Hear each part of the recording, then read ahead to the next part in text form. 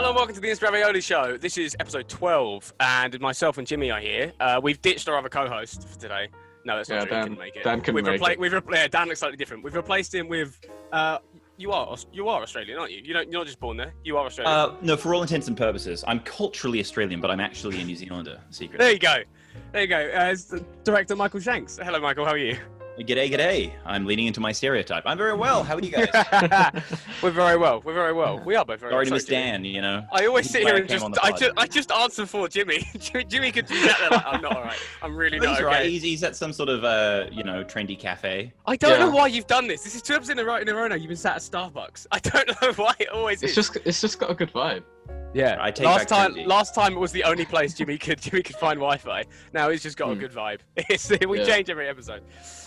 Today's main topic, we're going to go over some Tarantino films. When we had our last, I'm going to say professional guests on, because usually we have guests on, but it's usually like, a friend of ours we know is a big nerd. Okay, who was your last professional guest? Josh Coyne of Handstamp Podcast. Josh does a music and basketball podcast. Okay. So you're much more on brand for us.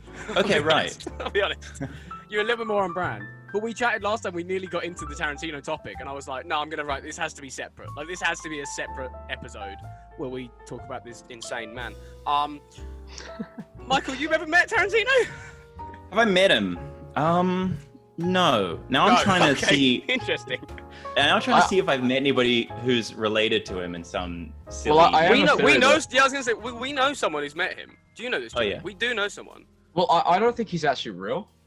Right, great. Okay, good. Wait, Tarantino's real or your friend is let's real? go. I don't think Tarantino's real. I think he's just like this kind of deity, and he just floats around and makes stuff and then goes away. Yeah, he has like a time limit on Earth, so he has to make 10 films before he can return back to Is he like a demon? Is he like a from. demon character? Or No, he's like... Yeah, the fact that he's decided on the 10 films does make it sound a bit like a Faustian pact. He lists, I read this earlier, he lists himself as having 9 movies because he counts Kill Bill 1 and 2 as one. But he has now made 10 films. So he's also like, he's partially directed several projects now. So I don't really... I'll be honest, my theory's a bit shaky, but like, I'm going to prove it somehow. Fantastic. I mean, what did he partially direct? He directed like a scene of Sin City. Yeah, Sin City in 4 Rooms in 1995. He also directs, which he also wrote. But the fact that like, I think you can count a partial director as a director to me. It's a credit, therefore he has done more than 10 films. Mm-hmm. And we can get into this though. The partial direct versus the write. Like, I am a writer and I'm a director professionally. I think that directors get too much credit. Yeah, I'm going to be honest. I've worked with Jimmy enough to know that's true. When Jimmy's directed me. We're not professional. Though. We just do it because we need. Yeah, it's a double-edged sword. It's good enough. Because directors also get credit when something sucks. And my point is the writer is a very big part. I mean, you know, I basically direct stuff that I've written, and I was going to say I haven't written. It's funny because I feel like I remember I discovered you when you did a video on Mr. Sunday Movies. That's where I remember first discovering kind of your stuff, and in that you talk a lot about how. Well, I've completely jumped. I had this all written down for later, and now I'm just like, oh fuck, I'm just gonna do it now. But like, I remember you mentioned about how like you're very like you enjoy the doing everything, and I don't think it comes from a controlling perspective, but it's the like, it's so easy to fall into that when especially when you come from like no money or film background. It's so because like for me, if I want to edit, if I want a thing to be edited, I have to edit it. I don't get someone else. Yeah. So you just kind of go, oh well, I'll always do this, and then like next thing I know, I'm 54 and I'm still doing my own thing, and it's just because you kind of it's just you just easily fall into it, don't you? Like because I remember watching like that video and you explained it, and I was like, I can get how you just quite easily go, oh, I'll just do it myself. Like, why would I need anyone else to do this? Yeah, it's because kind of my background, as you said, was very low budget, so there was no option other than to do it yourself. So I just got into that routine, and then suddenly there were options of people kind of helping out. I was like, go away, like this is my baby. Yeah, like I don't really I would have said this in that podcast, so allow me to repeat myself. Go for it.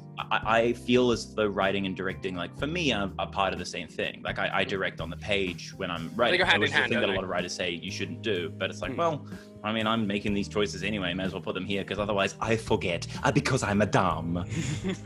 Do you find me personally, whenever Jimmy, I don't know if you maybe find the same, but whenever I'm writing to help me direct in the future. It's like I'm writing for me in 10 months when I'm going to have to try and direct this, and I can look at a script and go, okay, if it's someone else's script, it's not written for me to be able to direct around. I prefer being able to go, okay, I know where the marks are. I actually feel the opposite. I mean, I don't have as much experience as you, Michael, but whenever I hope not. You're like 12.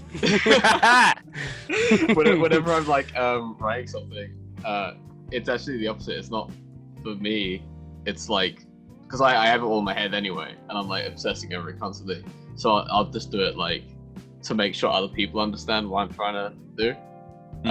I don't write things for something that I can film and do all by myself because I just know what it's going to be. I think that's why I suck at writing as well.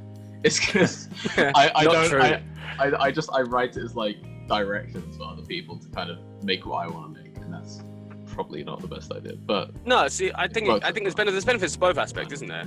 You kind of give yourself a leg up, or you're trying to give everyone a leg up, I suppose, is the equal way of looking at it. So when you well, you know what, fuck it, Michael, I'm gonna fire away. I have questions listed, so I'm just gonna. No, let's do it. What did you learn from Rebooted, especially when it was just like, oh, you got all these people to kind of do things with you, not just you? Do you prefer it when like now? Were you like, I couldn't go back to that myself, or are you like, no, there was positives of both? In terms of the working like alone. Yeah. So working like within a crew, or going. Oh well, actually, I'd rather have 4 people do the job 10 people can do, and then I have a load of more work to do. Yeah, it's an interesting one because, as I said, my background was like do everything myself. But now, even so, when we're doing stuff where there is a larger crew and there is a budget, the budget's never big enough. So I still end up doing a lot of stuff myself. Like with Rebooted, which is a recent thing. Like I wrote and directed it, but I also did the vast majority of the visual effects. I also composed the music. I also did most of the edit. So that's because, hiring an editor at an edit suite is an expensive thing. And we wanted to put our budget towards skills that we didn't already have in the kind of key creative unit. And look, collaboration is amazing. Like, I know that's like a cliche, but it is wonderful to have other people's like input and ideas, because at the end of the day, the director's job is to kind of say yes or no to things. Like, I think one of the worst things you can be as a director is indecisive. When you're on the clock and somebody comes up to you and says, here's 2 shirts for the extras, which one's right? You just, even if you don't really care, just go, that one. Yeah. Like they're kind of relying on you because everybody else is so unsure. Because everybody's job, like, that's an interesting thing coming from the doing everything yourself. Because when I say doing everything yourself, you can never do everything yourself. So no, but it's that I guess I'm gonna have to do it. If there's a role not filled by someone then it's like, I'll do it. 100%. But then when you're on those no budget things, the roles that you can't fill are other actors. Are often friends you're pulling favors in from. Oh, so constantly. Like, do this. Yeah. And so when they're Me and Jimmy have called in more friends for these podcasts than everything we've ever done. That I think I've lost friends at this point from being like, you want to film my thing? And they're like, not really. Like, oh, well, all right. You guys think I'm your friend? Of course we do. Of course we do. Everyone that comes on the podcast is a friend, Michael. Don't worry about it. It's fine. Yeah, tight. But that engendered in me as kind of a young indie filmmaker, and I'm still not like working with like giant crews, although and he's not old either. He's still a young filmmaker. Yeah. There's a pre-30 for a couple of months. Okay. Yeah. But, that's cool. It's cool. Then often I'll have somebody come up to set and be like, I made this, is it right? And I'll be like, well, no, but thank you so much. Bless your heart for doing it. It's fine. Because I forget like, oh, wait, I'm paying that person. Yeah. Because I'm so used to just like saying, Mom, can you act in my thing? Yeah, no, I was going to say, I think, Jimmy, we spoke about this. There's an unnamed project we always hint to that we made together and then went in the bin, and a million, when you get to a point in your project where you're like, actually, this is not worth my trouble. But Jimmy, I remember you said something to me. We shot it for 2 days, and Jimmy said to me, I can't tell people. I'm still because Jimmy directed it. I was in it, but I helped write it and we co-directed, but you were the main guy. And Jimmy once said to me, like, I don't know when to say to someone, then that was bad. Like, you got to do this again because that sucked. And it's that awkward thing of being like, I don't know when to go. Like, I don't know how to beat someone up someone and just go like, by the way, all that you just did there for a minute on a take. By the way, to anyone listening who worked on that, nothing sucked. It just sucked, it wasn't. No, nothing sucked. But like, it's a difficult task to be able to turn around to people who like, whether you're paying them or not, and go, that wasn't good. That isn't good enough. But like, there has to be a sort of, I guess, a professional of it, isn't there? Where you kind of realize you're the boss. I don't think you'd use that language. No. Unless it's me, then Jimmy does say to me, "I." Oh yeah, I don't say it. Other than that, doesn't matter. Anyone who's taking time out of their lives to help us out or something. Yeah. Other than that, no, of course not. Well, because I've been on both. If you're talking about acting, like I've been on both sides of the camera, like a bunch. And when I'm acting, which is rare, but I've done it a lot, like. You really want to be told when you're doing something wrong, like legitimately, like it is about a trust relationship. Like you've got to trust that the director is going to say, hey, that wasn't working, because otherwise then when you watch it, you're like, oh, I look like a fucking idiot, that didn't work at all, because you don't have that perspective. Yeah. So you want to be told, do it again. But nicely, because egos have actors have egos. I had a friend tell me once, he was like, just lie, just be like, oh sorry, that take was out of focus. And just go again. He was like, because if you do that, at least to them, they're like, oh, okay, cool. He's not upset with what I've done. Something else has gone wrong. But that lie sort of gets out of point. After like the 5th attempt, you can't just keep going, hey, went out of focus again. And they're like, well, then could you fucking put it in focus? Well, also, that's not directing. Like, that's not like directing them towards the right direction. Yeah, no, you're just going, keep doing what you're doing, and I'll just make it work. Keep doing the bad thing again. And then maybe one day you'll accidentally do it right. Yeah. How did you feel about that take? Yeah. How did you think that went? Yeah. But, it sounds like I'm being like cynical there, but it's like legitimately, like, how did you feel? Like, and they'll often say, oh, it felt crap because of this. And I'm like, yep, that was a good instinct. So let's. What happens when they say it felt good? What happens when they're like, I thought I did great? Are you like, did you think you did great? Well, then it's sort of like, also, every time you say cut, any set, every cut, a director always says, great, amazing. So this time though, that was really great. By the way. I had just sort of seen it as like, kind of like, how would you think about doing it like that way? And they go like that way. You're like, oh my god, that was your idea, not mine. Amazing, great job. Let's go. You're planting the seed. Yeah, no, that's it's intelligent. That's like. See, my thing is that I'm like that first, but I'm not patient enough to keep that up. And at a certain point, but I'm also not mean enough to shout at them. So at a certain point, I just get to I'm like, you know what? Just it becomes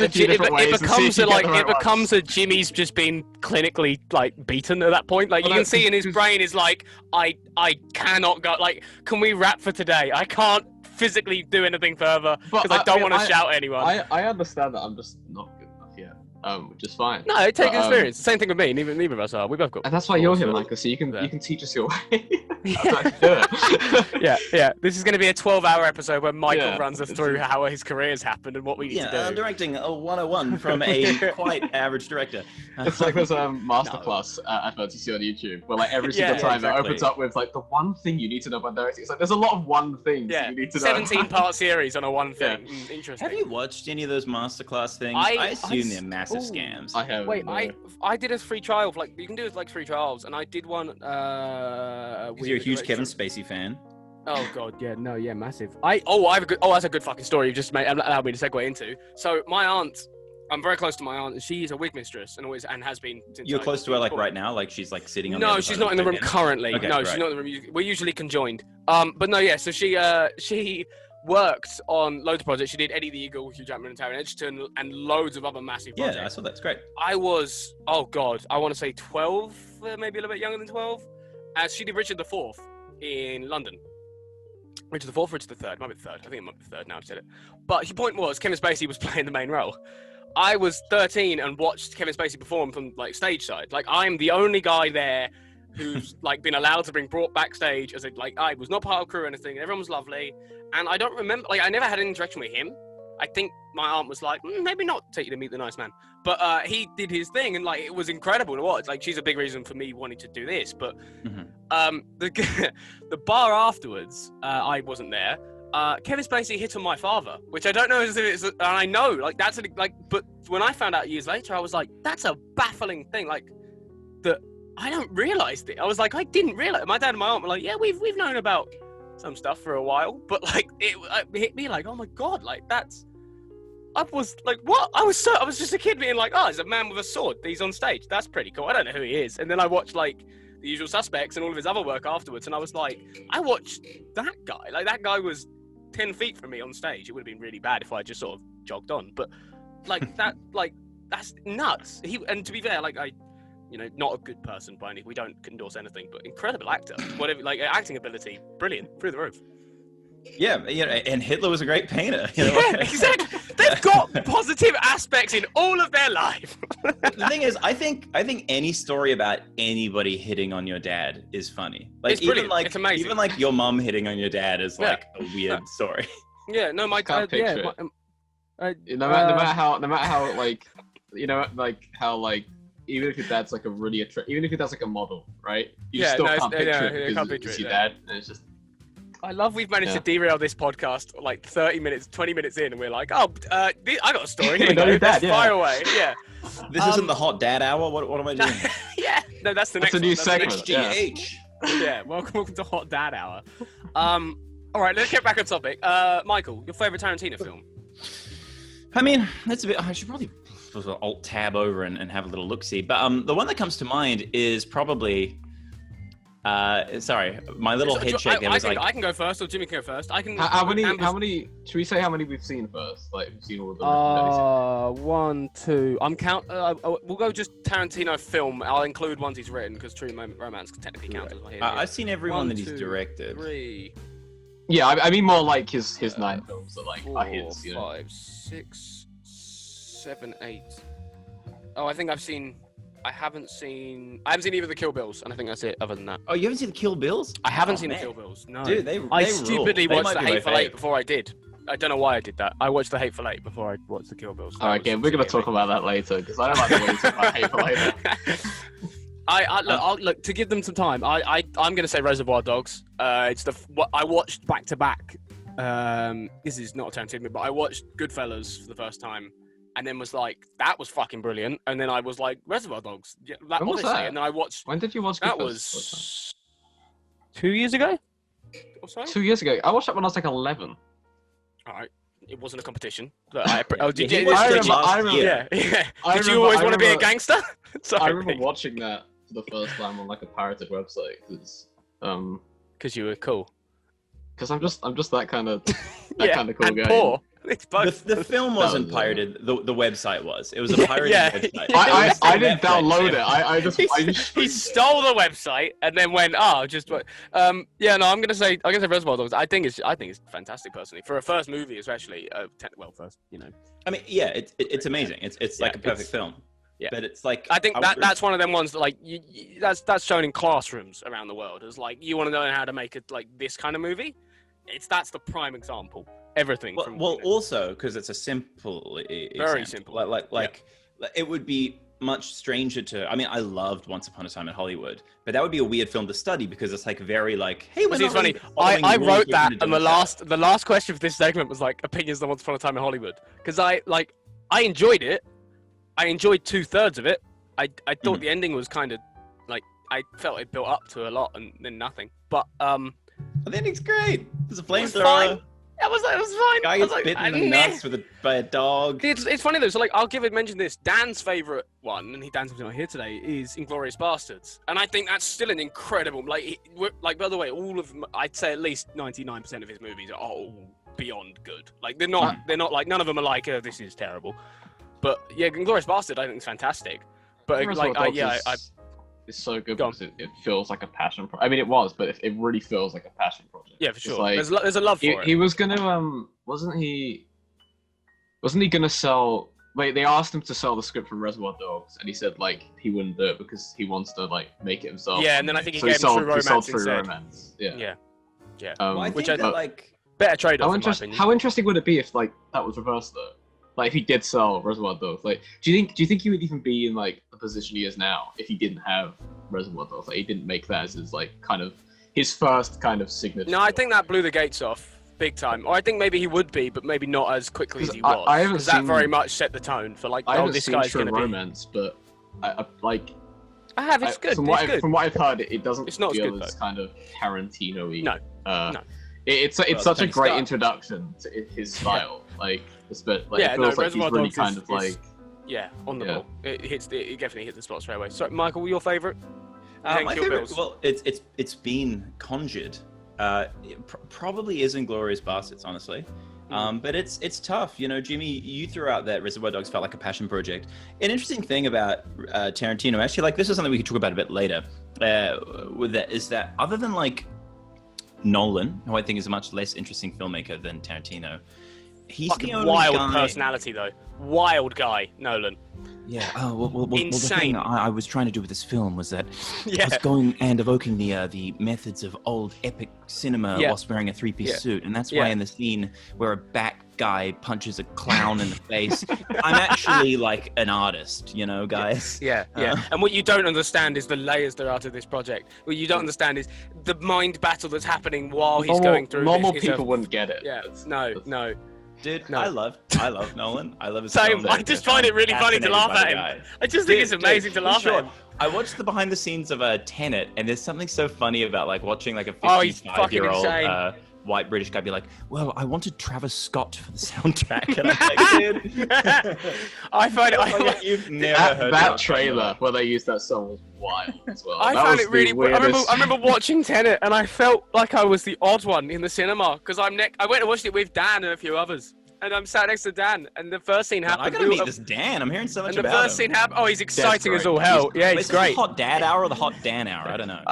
Don't, because now he's gonna make us include that in a second. But when we went and watched it, the first scene is when they stormed the orchestra thing, right? Opera. And I remember thinking immediately, being like, "This is really fucking loud." I was like, "Is it just me, or has Christopher Nolan just gotten deaf?" And they've been like, Christopher says turn it up. Oh yeah, but it's actually normal for everyone else. No, Christopher says turn it up. Turn the volume up. Okay. And then he's just put it out, and everyone's gone, fucking hell, all right. Because I sat there for the whole movie like, this is so loud. What is going... I was like, am I gone insane? And then I got home and went online. Everyone is like, why is Tenet so loud? What happened? Very loud. I was like, my God. Oh, that's a good movie. Sorry. Well, what I was saying about Nolan in regards to Tarantino is that, like, we're in an era of filmmaking whereby everything is so fucking expensive to make, right? Yeah. Like, people talk a lot about the death of the mid-budget movie, and actually the only people that are given, like, substantial film budgets to make original IP, I think, are Chris Nolan and Tarantino. And that's why I think that, like, they're really, like, fascinating filmmakers to watch. I think Tarantino's a lot more unique, like... and has like is much more of like an auteur, I suppose, to use that term. But you know, talking of passion projects, I feel like every Tarantino film is a passion project because he doesn't, because like he makes bank anyway, so like he can like he doesn't really give a shit about his his pocket money. Yeah, he's not selling out. No. Every 6 months he'll say like, I'm gonna direct a Star Trek, and it's like, yeah, we know you're not, because like he'll go and do his own thing. Like Once Upon a Time in Hollywood. Could you imagine him doing a Star Trek? Because I think his head would explode. Doing anything like to do with a franchise. No, his head would explode. Picture it at all. I mean, it would be such like a waste of him, you know? Yeah. I wouldn't. Quentin, we can't have Spock be the bad guy the whole movie. Spock Quentin, we can't not smoking keep like tearing. Red apple cigarettes, whatever it's called. Yeah. He's changed a bit in his cowboy hat. Yeah, I know, I agree with what you're saying about everyone feels like a passion project. But I tell you what, they all feel like he loves them. Like when they're done, they all feel like they've been loved the whole way. Well, he doesn't like death. For bad or good, he feels at the end like he's proud of it. I'm getting a little fed up though, seeing him at Cannes Film Festival every year with a smug look on his face. I'm getting a little bit sick of that. The only thing he doesn't like is Death Proof, from what I've heard. But I never seen it, so not as most people like. That it's his worst film. I don't know that he doesn't like. I mean, I really like Death Proof too. Yeah. But that's the sequel. I really like Death Proof also, but yeah, it's probably his most.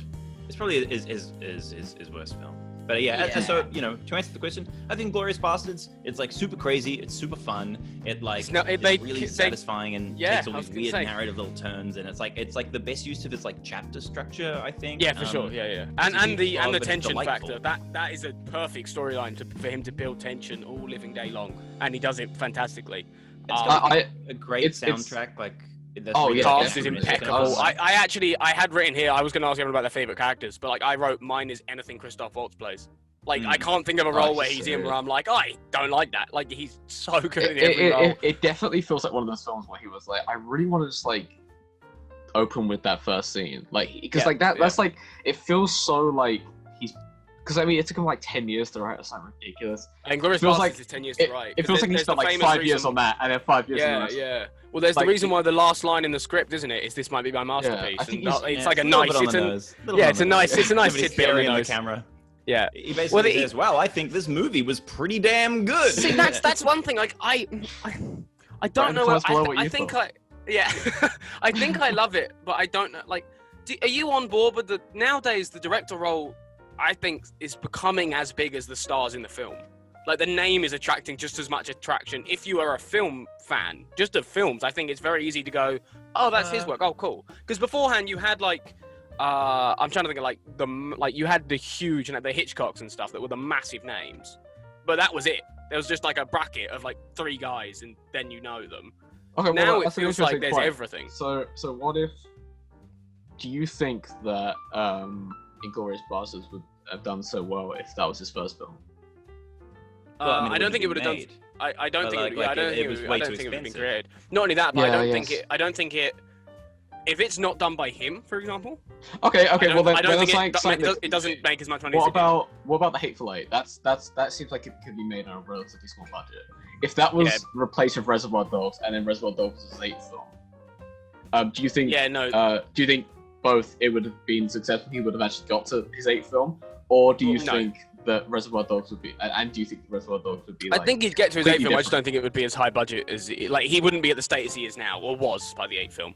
Well, I think also, like, I know this is a hypothetical, so it's a silly question, but, like, are you saying it's The Hateful Eight is his first film and it releases in 2015? Or it's his first film that's a good point. and it releases in 1992? If it releases in 1992, you're doing well. I think maybe he still could be the guy that he is now. I think he's possibly bigger than he is now. Yeah, no, agreed. I think that's the best, Because it's interesting that those roles are, like, him, Nolan, I think they're the 2 at the moment, I'd say, that are, like, the name drop that everyone. Of course we know. Yeah, Christopher Nolan. Yeah, easy. Yeah. Like I'm trying to think of another director who's even close and.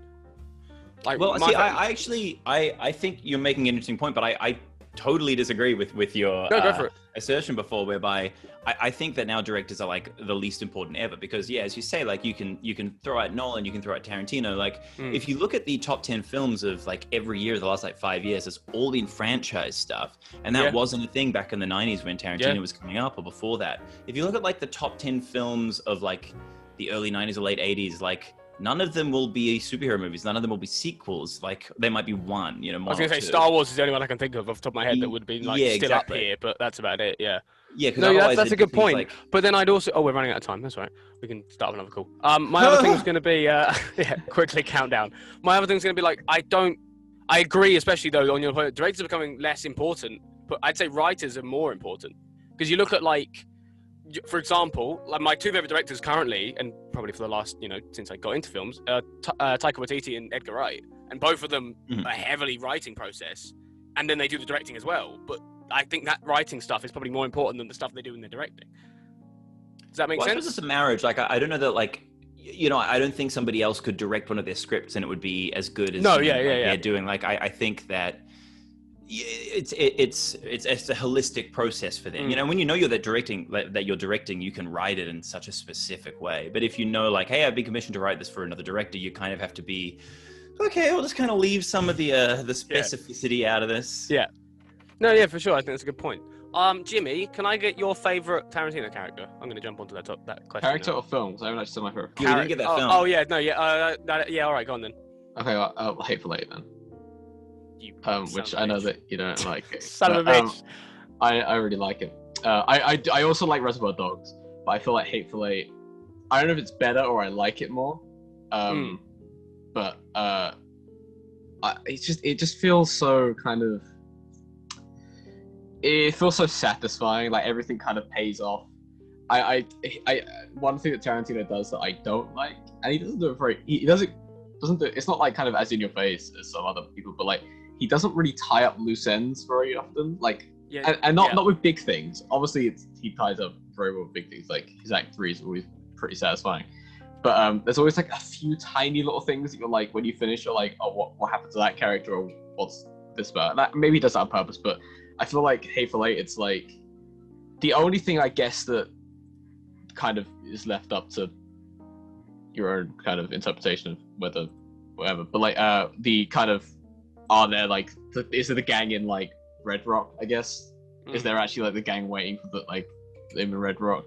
And that's not that was clearly done on purpose to be ambiguous, right? Yeah, I think it's interesting.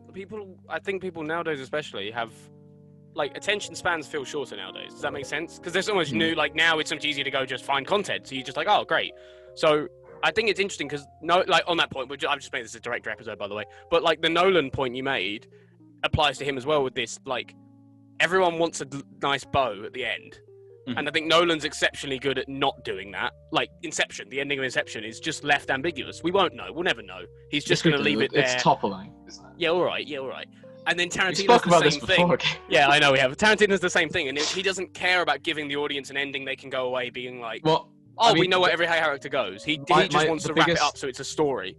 The biggest thing that I like about The Hateful Eight is that all the characters are absolute pricks. And you hate all of them, except for maybe the coach, the stagecoach driver. I forgot his name. Yeah, they're the hated. Who didn't deserve to die. He should have been the guy. No, yeah, he should have been. I feel like it's his most kind of.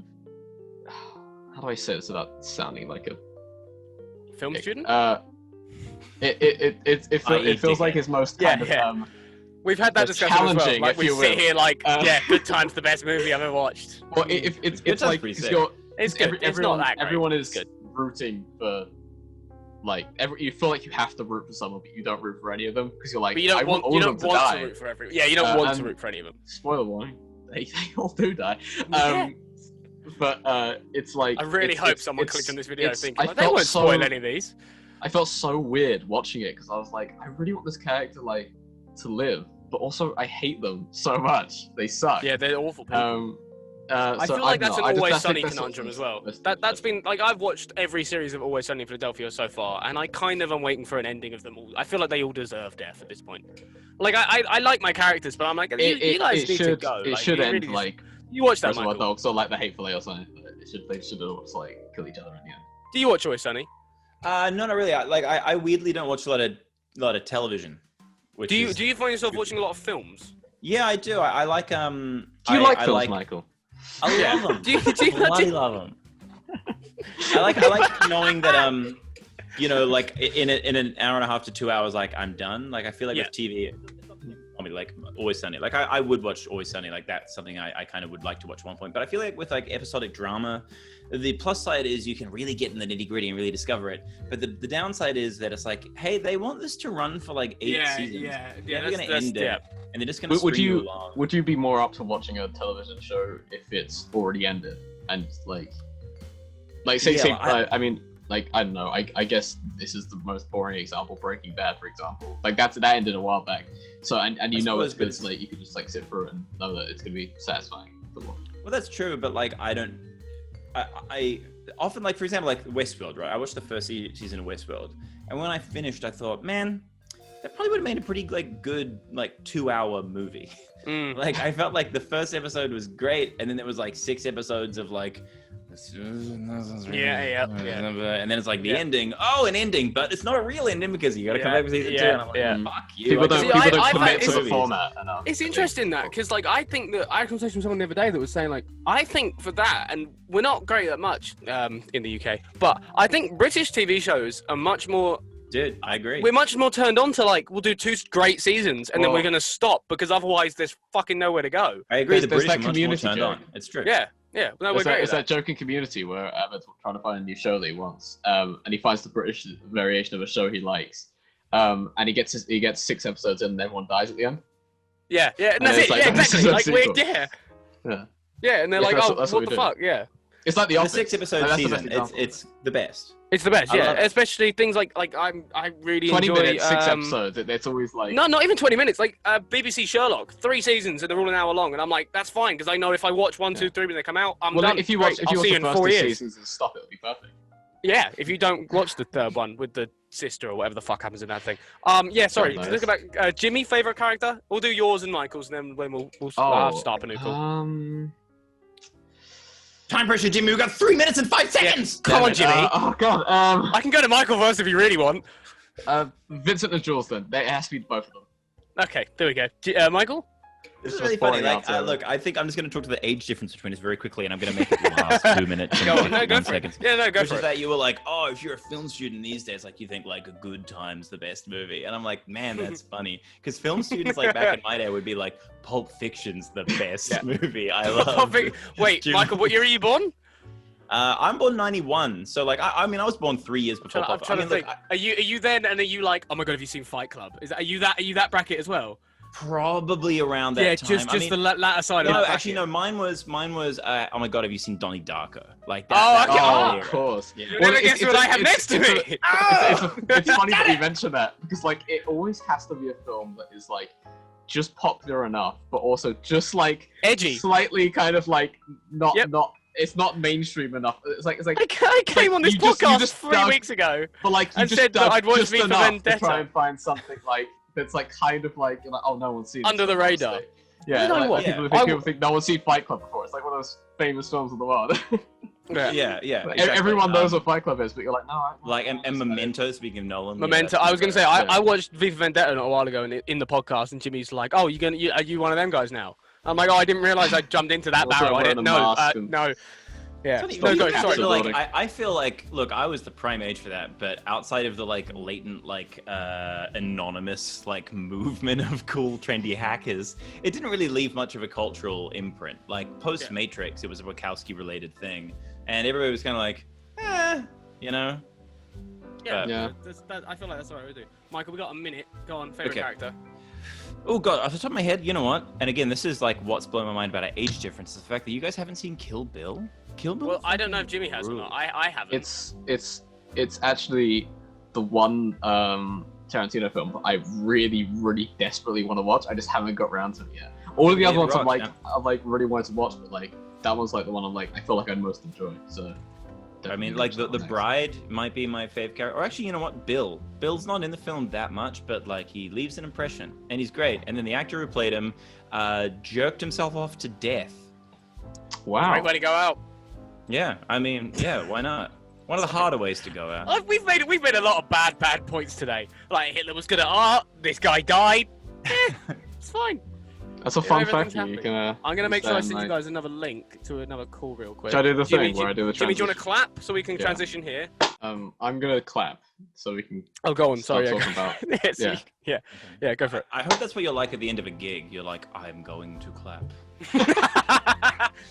If you think Jimmy goes outside with people at the moment, Michael, you are sorely mistaken. Yeah, we have not I'm seen the peelers person on the podcast. So. We have not seen people. You guys in Melbourne are getting cocky now. Because you think we can all go out. How is lockdown treating you? You guys coping all right?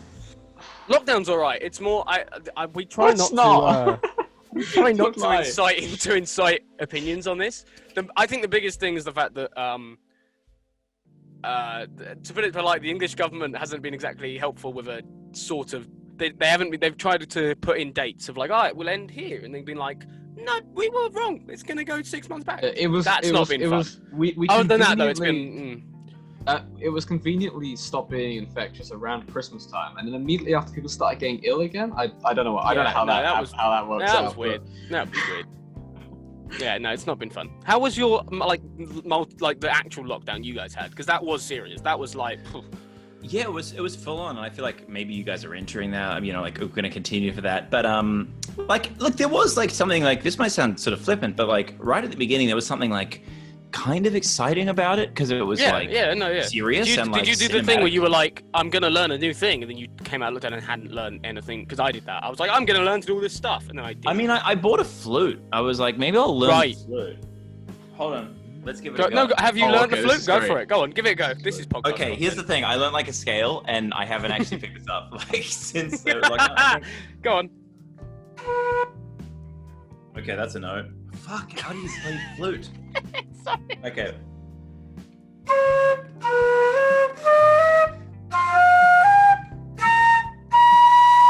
Hey, that's not bad. That's pretty good. That's pretty good. I'm gonna make every guest we ever have on now play a musical instrument. I'm going to clap if that's okay. Yay!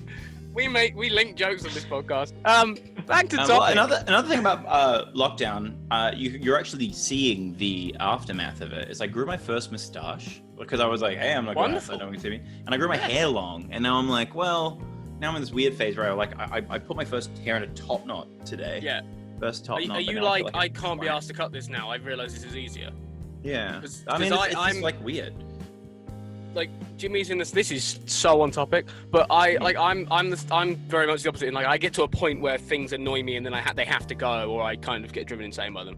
So like with haircuts and shaving, and like it has to happen. I mean, Gabe, did you see my look on hair? It was like really long. Yeah. I looked like It looks like a Lego character. You know when the top I look like bottom? you ever seen Stranger Things? Yeah. Mm-hmm. Who's the guy with the baseball bat and that? Joe something. Joe Keery character. Joe, yeah. Anyway, I looked like I had his hair, but I didn't put any effort into it. That's the best way to describe it. You've pretty much got it there, Michael. You've pretty much done it quite well there. I kind of do. Really. You kind of got it, yeah. That's with easy like porno mustache. I was gonna say the Aussie aspect, but I'm really glad I didn't say that before you did. Anyway. Thank God you didn't say that, yeah. Yeah, no, thank God. My next question is a really easy one, I think, to answer, right? But Tarantino always gets kind of, I don't think he actually gets it anymore, but I think at a point, he always got kind of kicked for the use of violence and things in his films. What do we think? Because I don't think it's that much. I think now it's very different, because now you've got, like, gore films are a whole genre. That's a whole thing. It's just like more easy to kind of detect, I feel, if that's a good way to describe it. Yeah. Than say like, I mean, like I always think of like when everyone says that, I always think of like Goodfellas, which I know is like a really boring Scorsese film because there's like a ton of other ones he's made that are really good. But I always think of the shot where Joe Pesci's character gets killed, and that's like just as violent. Like I feel, you know what I mean? Yeah. Or like, people just in a weird way, I think that's like more violent because it's more real. Like Tarantino like has tons of violence, but it's like glorious cartoon pulp violence. I mean, I know that over exaggerated. You guys haven't seen Kill Bill, but there's a moment where like heads get chopped off in that movie, and it's like they tape like 30 hoses together, and the blood just goes like 30 feet in the air. Like it rules. Like Hateful Eight, when like, spoiler alert, you know, Channing Tatum's head blows up. Like it's like a silly puppet filled with like goop. It's like you guys should watch. I'm just gonna be pretentious, assume you haven't seen it. Like, have you seen any Stuart Gordon movies? I have not. You got to see Reanimator. See Reanimator, From Beyond. Like these are great, like schloopy, scoopy gore movies that are kind of similar to Tarantino in as much as like they're violent, but the violence isn't hostile. The violence isn't sore, where it's like being nasty. It's like glorious, like, hey, like in that big scene in Django Unchained when he just cuts loose and is just shooting the fuck out of everybody. Like that's great moment. Guignol comedy. It's so really funny as well because there's like two guys at least who are just still alive and they just keep getting shot. Like there's a guy in the doorway who keeps Yeah, it's beautiful. And also that looks really good as well. It's just like this mist. Amazing. It's awesome. Stuart Gordon did Honey, I Shrunk the Kids, the TV show. Or he did like 66 episodes of it. Well, I've always wanted to try and make. Sorry, Jimmy. You had questions for Jimmy. Michael as well. I'm going to ask them in just a second. Okay, go for actually, because you came on the podcast and we haven't actually asked you many questions yet. No, yeah, go for it. But I've always wanted to like try and just like, even if like it's not like a film I release, just something for like school, uni, or whatever. I just like make something that's like Tarantino violence and see how cheap I can make it. Just get like a load of like red paint or something, and like mix it with water or something like that, and then just like shoot out hoses or whatever, and just make it look. You can probably make it. Yeah, you probably can make it for not that high budget. Oh, definitely. Just do like I don't know, like a western or something. It just ends in like... A western's pretty much, I'd probably say, the easiest genre to make. Budget-wise. Well, I mean, that sort of gore and stuff, like that's not expensive. That was like the lifeblood, pardon the pun, of straight to DVD schlock horror of like, I say straight to DVD, sorry, straight to VHS, just like any like crappy old grindhouse films. You know, like the thing about Tarantino is, as he's said and criticized for, I don't think it's a fair criticism because it's like a great thing, is that he's like a pastiche guy. He's essentially doing like parodies, but in a glorious way, or not so much parodies, but like leaning into shit that he loves. I mean, actually, George Lucas did that with Star Wars and Indiana Jones. Massively, It was homages to old serials, and Tarantino does homages to old samurai films, old westerns, and just like schloopy, grindhousey stuff. And Stuart Gordon's a little later than that, but that's somebody like, rather than like, I want to do Tarantino violence, you should want to do violence of Dario Argento, or like, the people that came before that. Yeah. The ones that Tarantino based his stuff off. That's who you should be looking at. Yeah, no, I agree. Yeah. Michael, Jimmy has some questions for you. I don't know which questions Jimmy has for you. I haven't. I don't have any plan. Okay, so. Great. Do you have anything to ask him? So Jimmy. How's it going? I like to have a very similar one. Good, you know? So my friend is a big fan. Tarantino. Is a big fan of Auntie Donna, who I know you have worked with. Gabe, his dad is a very big fan. All three of us watch enough. Yeah. I actually told him that you were coming on the podcast today, and he was like, I've got to go. Crazy. I can't be on the podcast. I hate him. His biggest fan. I have posters of Michael Shanks on my wall and stuff. So he's a weird guy. Shrine level stuff we're talking about here. Yeah, basically, not like just a poster. Like candles and the whole shebang. I want to know, because they seem like genuinely funny people. Are they like as funny in real life? Like, I mean, you must have had like banter with them. Are they like? They're awful. They're like horrible. Are they really mean? Yeah. No, they're like, obviously, like they're almost as funny as me. But like, not. What I really like, you can tell it's a podcast with three people who want to be directors, two people who want to be directors and a director, because we're all sat here and the first thing comes out of your mouth is not as funny as me, but they're still pretty good. They're pretty good at the job. They're pretty good. They seem like they're really like smart guys. And they know exactly what they're doing, and I don't know. They just so much. We did this sketch together where like I don't even seen it. It's called like Magic YouTuber. Yeah. So. And it was just like really funny, like, because I like worked with a couple of them and I knew them, but like I hadn't like worked with them on one of their own projects. I'd be working on some other stuff. And then when I was on one of their sketches, I was like, yeah, these like goofballs, let's have like a goofy time. And it was like very fun and very funny. But like they were so like switched on in terms of like being very aware of like, okay, this scene is going to be in this part of the sketch. Where's our emotional energy at this point? Like they really charted out like the amp up of energy and emotion. Like they were treating it, which I think is the best way to do it. They were treating the comedy very seriously, which was like, I guess I'm saying like they're pros, and they are pros. And it's not just the three dudes that you see in front of the camera. There's like all the other people, particularly Max, their director, who is I genuinely think one of the best directors I've ever met. I think I saw chillest dude. I think I saw something where they were like really kind of letting you know that they were like, it's not just us, there's like a lot more people who help us out on this sort of stuff, and you can kind of like tell that, especially with their most recent kind of not their show necessarily, but like even their just like sketches, you can tell that like it's clearly not just like three guys messing around making stuff. Like there's like, it's like, it looks very professional. There's like loads of, you can tell it's like a big group of people who are just really dedicated to kind of work on something.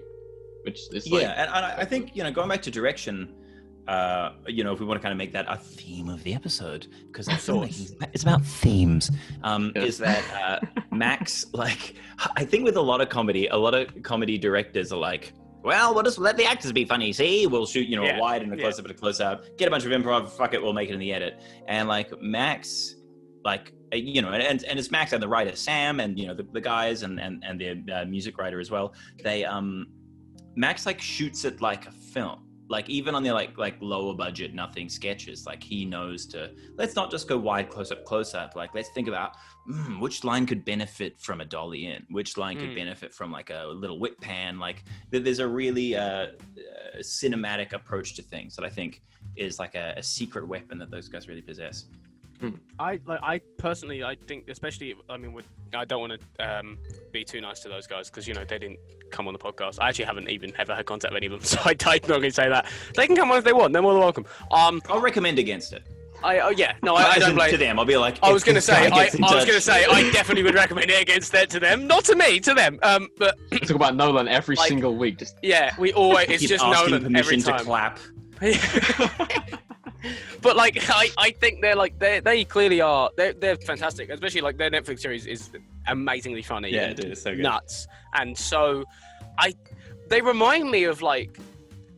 They remind me of it, this might just be me, but like they remind me so vividly of like when you first decide like I want to kind of make things with a camera, and you get your friends together and you're like just be funny, and it's only funny to you.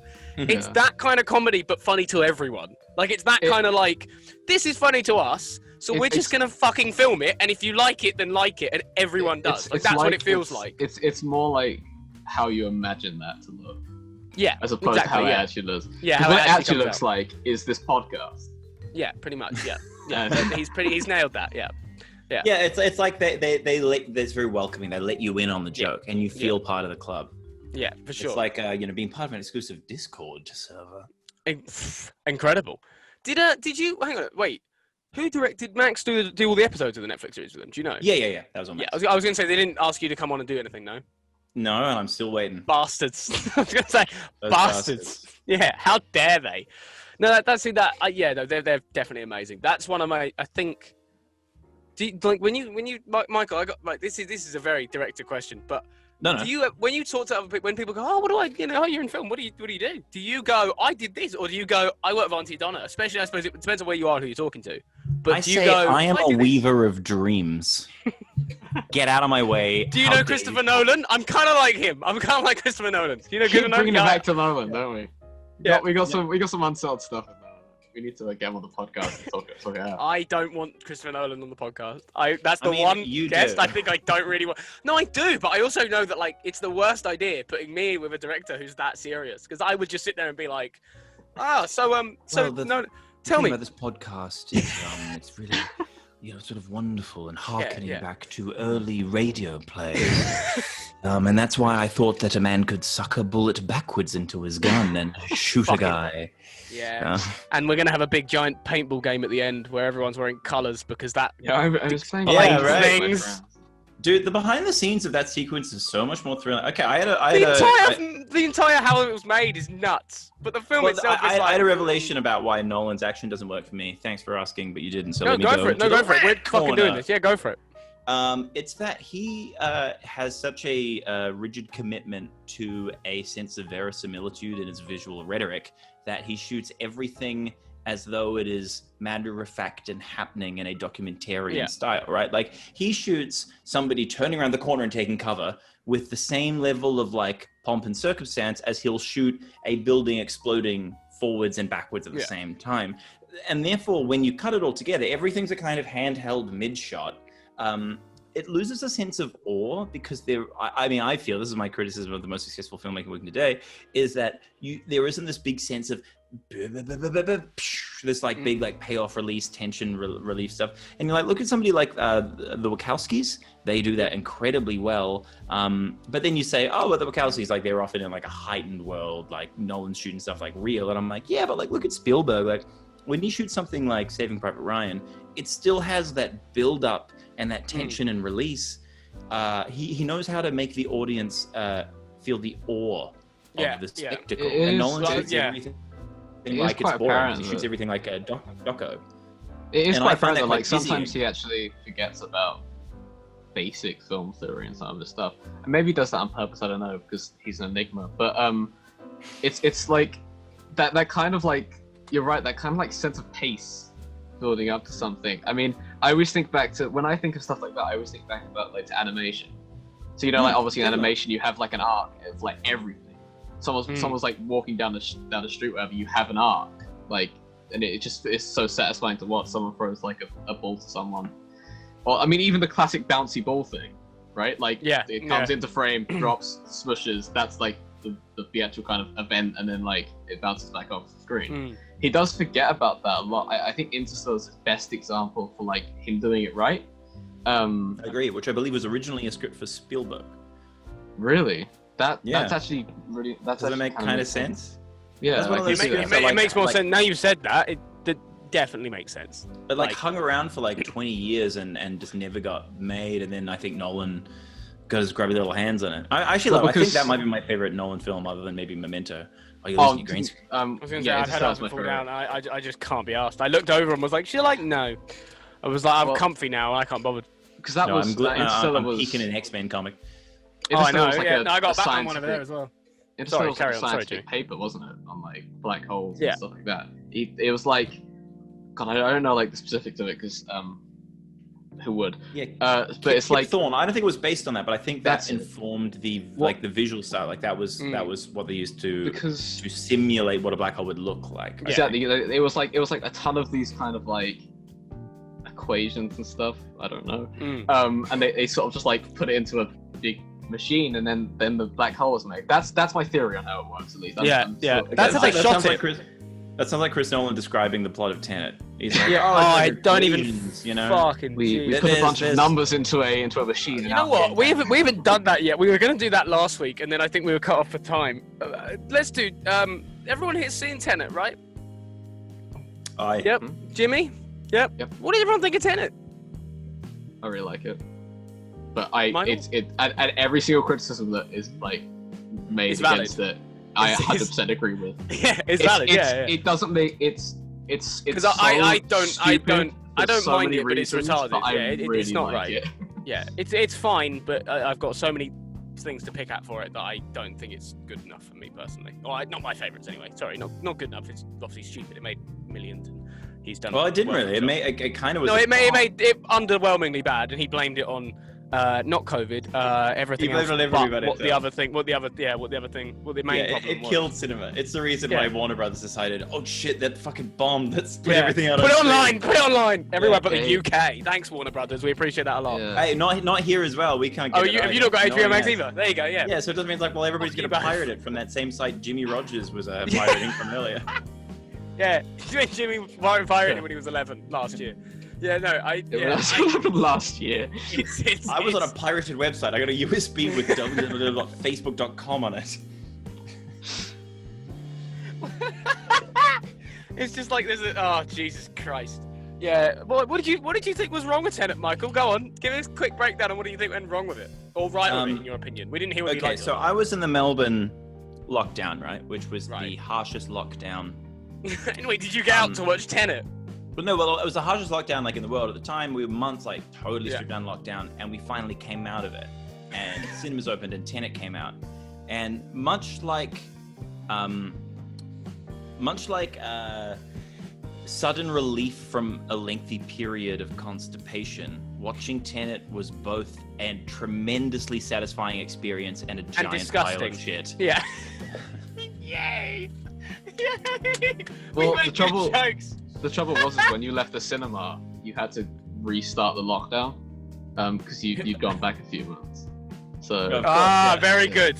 Very good. I'd gone through the turnstile. Look, I think I don't want to be too cruel on it, but I think Tenet is terrible. But I also will watch it 25 times. That's the thing. I know I'll end up rewatching it, and I don't know why. I've seen it twice now, and I've actually read the script, and I think it fucking blows. But like, I also love watching it. I have to agree with you. I think that the reason I like it was because I watched it about a month ago, and I went into it knowing exactly what it was going to be. So I wasn't like, I didn't have that kind of like surprise, like, what the fuck was that? You know, like, because I spoke to Gabe about it. Gabe said it makes no sense. It's really weird. It's awful.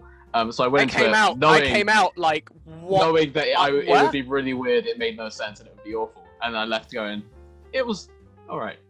It was shit, but I like it. I remember, when he crashes the plane. I love the fact that we've derailed this podcast more times than I can count. But when he crashes the plane, I remember thinking and sitting there in the cinema. And you know where you like. I'm a little kid when I watch movies still. Like, I still watch it and go, oh my god, this big thing, that's amazing. So I was like, to me, you are a little kid. Yeah, well, and that, yeah. I watched it and was like, this is cool. And then I came out and was like, there was no need for that. Like, they just wanted to blow up a plane. Like, what the fuck was the necessary? Where was that? It wasn't necessary. I was like, that wasn't needed. Yeah, and yet I'm like, I like that shit. I'm like, yeah, blow up a plane. That's fucking cool. Like it does the spectacle really well. Like, I saw a lot of criticism about like, what is the deal with that yacht scene? And I'm like, yeah, that yacht scene is weird, but I was like, whoa, that yacht is cool, man. Yeah, exactly. Yeah. No, I feel like he's such a big director on spectacle that I feel like sometimes he's take spectacle over outside of action. Like that's exactly. My point. I think that when we look back at his career and think like, whoa, it's never the action stuff. Like rewatching, even like gosh, what was that we were watching the other day? Like, even like rewatching Inception. There's so many action scenes that you forget exist in that movie because they're totally like boring. Like, they're just like a bunch of like car chases that are just like people get shot all the time in that film, and like you just doesn't Matt Damon push him down a hill? But the things that you remember are like the city folding in and the hallway moving, and it's like, yeah, that's cool because that's almost not action. That's just kind of like literally like you crane up and the city's folding in on itself. Yeah. Like it's just like. Wonder how they did that on set. Moment. But then, you know, when you watch the fight scene in Tenet where he's fighting a guy that's obviously going to be himself from the future. It's just like dizzying. It's just like also I have this is not only that, but when they're like he's fighting them backwards. I'm like, what? That's cool. Then you're throwing the punch. That doesn't make sense. You can't do that.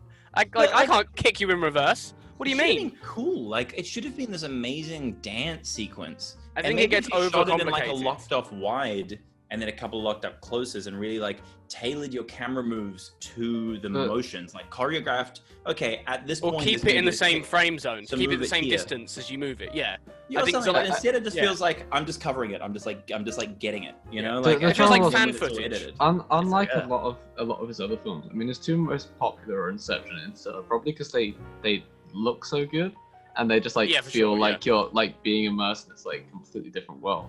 The trouble is like with Tenet is like the concept is the content of it. Like there's nothing else. There's nothing else really outside of this idea he's had, and it felt like I wasn't like disappointed per se, but like if I hadn't had that kind of warning from Gabe beforehand of what it was going to be like, I would have felt like it was like the idea was underutilized, and that like there could have been. I mean, you're right. Like it didn't feel. It should have been a spectacle, like seeing these two people fight.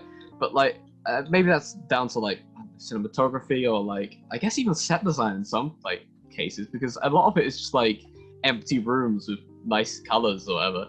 Like paintball as well. It's just a big desert with a few broken buildings. Or breaking in reverse. It could have looked so much better if he wasn't so wrapped up in his own thoughts and trying to kind of. I think he's gone insane. I think it's past this point. I think I imagine trying to understand direction from him is like trying to when you ask your dog what he wants. Like you're just kind of somewhat going on guidelines, but he's giving you a lot of information that you're like, okay. Well, my dog has the exact same.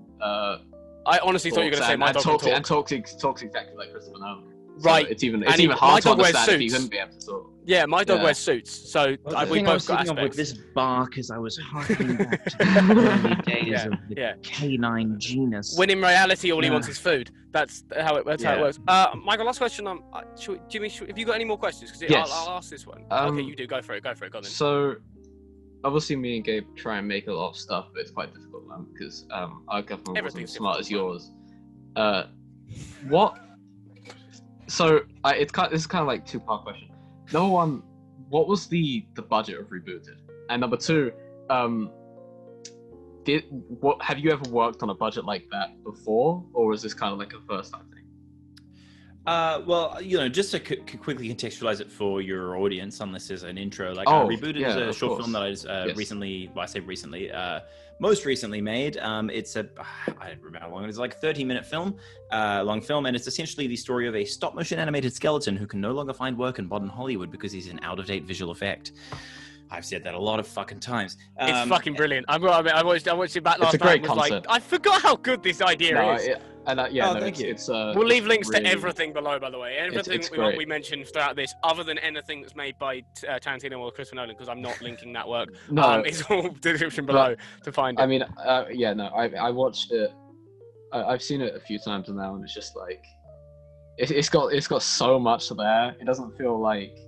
I mean, a lot of the times you see films from like people working on, something like that, and it's just like it's so one-dimensional. They have an idea and they just make it. But yours just felt like it actually had like heart behind it, and it was like, genuine. Should we let him answer the question? Well, I appreciate you saying that. Like a lot of the stuff that I do is very like.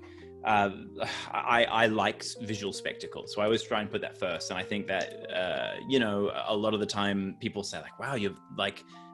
The special effects are so cool, and I'm like, yeah, but like I also, I appreciate that, but I also hope that people can see that like I spent like a lot of time writing that. Like I think like the writing was the hardest part. Yeah, it definitely does show. You're right. It definitely does show. The storyline itself carries itself. Well, and there's a behind the scenes video that is on the same YouTube channel that goes for like 10 minutes or so. That's has some interesting insight for some of these questions that you're asking if you haven't seen it.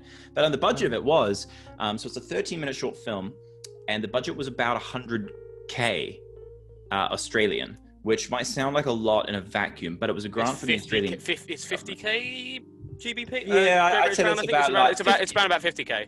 I reckon it's about 50 quid.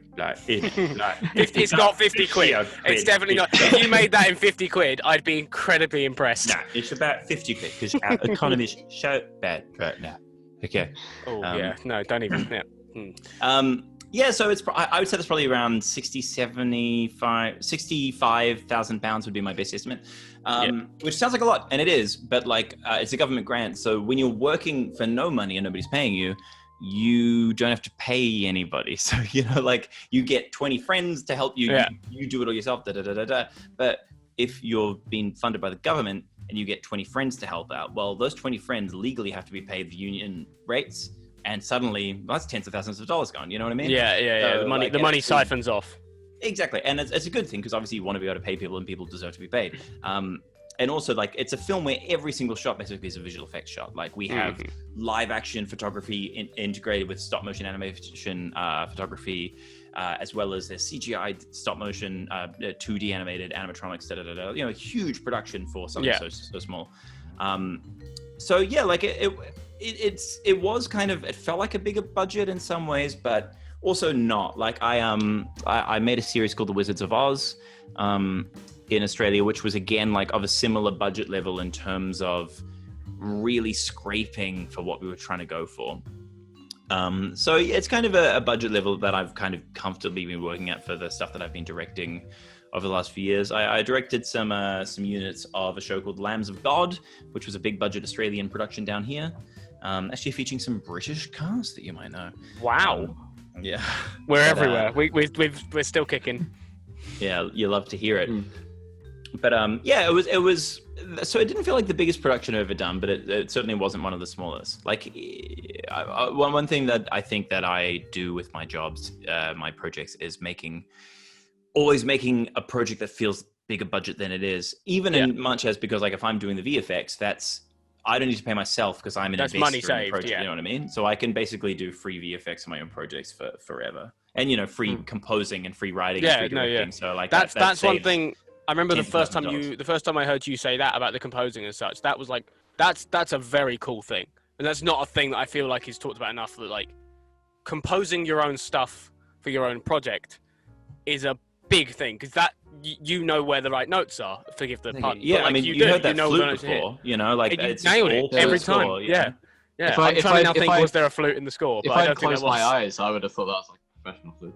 I honestly thought you were about to say you could play the flute with your eyes closed. I genuinely thought that's where that was going. Was like, I could do that with my eyes. I was like, right, yeah, okay, of course, we're that talented. The last question. Go on. No, go for it. No, it was a riff. We're moving on. Okay. All right, we're moving on. We're moving on. Rock band. Last thing we'll cover. We'll give it a quick cover. Is we do what we're watching, what have we been watching, reading, anything. What have you been up to lately? It's basically the whole point in this last part. So I'm going to pass it to you first, as you quickly Google up your Netflix history. No, I'm Googling up my letterbox. I got it, one of them. No, go on, Michael, what have you been watching? What's one film you've watched, or one thing you've been into lately that you've got sort of into? Okay, God, Tenet is so recent on my Yeah, part of shit. I think we're done with Tenet for a bit. I think we're done good. Hey, you know what's really good that I got is The Kid Detective. You guys seen The Kid Detective? Nope. Kind of only just getting a release. It's like one of those like lower budget, kind of indie, mid-budget movies, but it's an original idea. It's a comedy that takes a really dark turn but stays funny. And like I feel as though genre comedies are very rarely good. But The Kid Detective rips. I think it's this looks good. Yeah, this looks very funny. It's actually really good, and it's like not like a big release, but it's not a tiny release. And actually, speaking of British things, I'll go back to a year or so ago where I watched Extraordinary. Did you guys watch that? Is that the BBC project? I think it might be maybe an Irish film. It sounds familiar. But it was a feature film. I think it might was be kind of Irish. like anytime that anybody makes a genre comedy, they compare it to Edgar Wright, which I think is unfair. But I mean, we all love Edgar Wright. But like this isn't an Edgar Wright kind of knockoff, but it's like a horror comedy, and it's really fucking funny. 2019. It's not only really funny, but it's also like beautifully directed. Going back to my point about like a lot of comedy directors just shoot wide close up. Like this is like cinematically shot. The score is fantastic. The production design is great. It's just like really good, and it tries. And most comedies don't try because they just like hire funny people that we like from being influencers and then hope that we'll tolerate that. This has got, other than Will Forte, nobody you've ever heard of, and they fucking rule. And there's a joke about a guy vomiting up ghost cum at about like 45 times throughout the movie. It's really, really good, extraordinary. I've tagged both of them now on my IMDb, so I'm gonna make sure I give both of them a watch. Yeah, they're good fun. I'm glad we've got something we like and not kick Tenet a bit more, because we could definitely do that for another hour. What have you guys been watching? I was gonna say, Jimmy, what have you been watching? Because I always sort of just leave Jimmy till last, and then Jimmy just sits there like I don't remember now. For this podcast, I rewatched Django and Hateful Eight. I watched them both in the same night, and unfortunately, I was having a really, really bad day because I was really you done watched with both of them lockdown. back to back in the same No, night. I was really done with lockdown, like being stuck inside all the time. So I thought a good idea would be to watch the Hateful Eight. Yeah. Genius. And afterwards, I was like, I feel like I need something a little bit lighter. Although, and so you went Django. Django Unchained. Django isn't necessarily I would call a light-hearted film, but no. It's more but you know what I mean. Yeah. So I watched both of those. I also watched a film called Dope. I don't know if you've ever heard of that. By Rick Famuyiwa. I think that's the pronunciation. Rick Famuyiwa. He directed a Mandalorian episode. I remember. Sorry, I remember when this came out. This kind of like popped as soon as it came out. I remember it doing quite well. It did quite well for what it was. It's very small budget. It has quite a few people in. There's a few people I recognize. It's really unique. It's just it's hard to explain because I don't want to. It won't kind of blow you away, but it also doesn't try to. It knows exactly what it is. It's just like it's coming of age film about these like three teenagers. That's what it is. It's got the guy. Sorry, it's got the guy who plays Miles Morales from the Into the Spider-Verse film. He was that's what I remember. Shamyik Moore or something. Yes. I don't know how to pronounce his name. I don't want to say too much because it'll spoil it for you, but you should really watch it because it's quite a small budget film. You can kind of feel it. It feels like a sort of director's first break, like big break kind of thing. I'd really recommend it. It's really unique and good. So those are the three I can think of. There's the two suggestions. I'm just going to throw out now. I'll be quick because we need to wrap it up. But I watched Fargo. Had a real good time watching Fargo. So good. One of the best. Had a real good time doing that. I did also discover that if you say OGs in a Minnesota accent, it sounds like you're saying orgies in an African accent. Which, is new information. But I really enjoyed that. That's my thing. That's about all I've watched this week that's new or that's worth talking about. But hey, you know what, guys? Watch Kill Bill. The Kill Bills. No, for sure. That's yeah. Well, I think that's everything. Michael, thank you so much for coming on, my friend. Yeah, it's been a pleasure. Thank you very much. It's been really nice having you on. We're going to make sure we get you back again. Sorry that Gabe. Yeah, I'm up for that. So much. I gotta come back. I want to meet that Dan. We'll meet Dan. We'll set it up. Don't worry, we'll set it up. One way or thank you very much, everyone, for watching. This has been the Ravioli Show. I've been your host, Gabriel Moreno, with Jimmy Rogers and Michael Shanks. See you guys. Peace and love. See you later.